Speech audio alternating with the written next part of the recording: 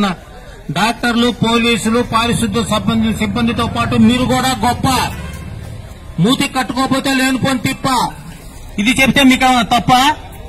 వేసుకోకపోవడం అనుకున్నారా పెద్ద గొప్ప? చాలా జాగ్రత్త. మీరు ఎదురుగా కూర్చుంటే ప్రాణాలు పణం పెట్టి వందల మంది మనుషులు వచ్చి చేయి తాగిపోతున్నారు.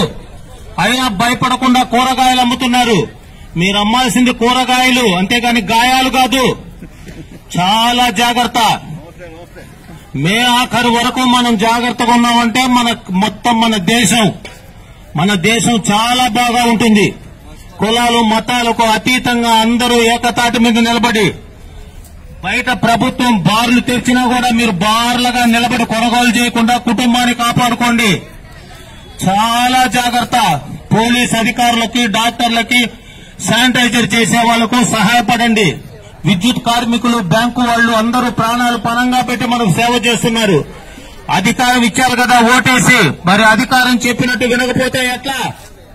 పోలీసులకు మీరేమనంటారా? పగ. ఇది కరోనా సెగ, కోస్తున్నది సిగ.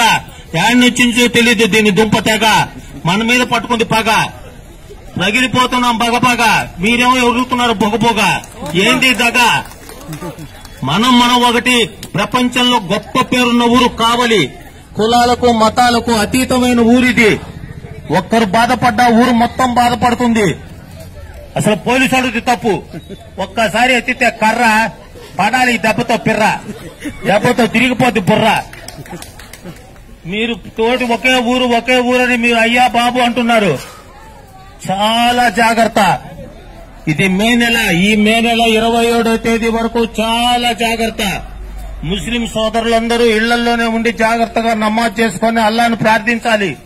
హిందువులందరూ ఇంట్లో పూజలు చేసి దేవుణ్ణి ప్రార్థించాలి. క్రిస్టియన్లు ప్రార్థనలు చేయాలి. మీ కుటుంబాలకు కాదు, దేశం కోసం. మనందరం ఒక తాటి మీద, ఒక మాట మీద ఉండాలి. అందరూ జాగరూకత వహించాలి. చెప్పింది చేయాలి.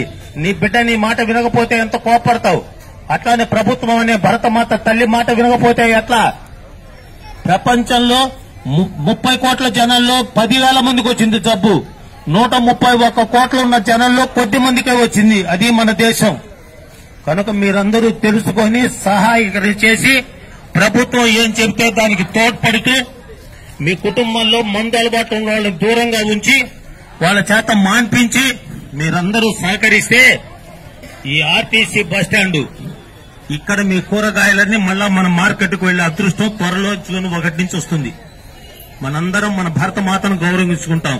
మన భరతమాత ఈ రోజు పెట్టుకుంది గుండె కోత. ఇప్పుడు ప్రజలు ఇవ్వాలి ఊత. ఎక్కడి నుంచి వచ్చిందో తొలి కరోనా రోత. ఆ కష్టంలో మనం కొడుతున్నాం ఈత. మనం దాడితే అట్లా గీత ఇంకా వేసుకుంటాం నోటికి మూత.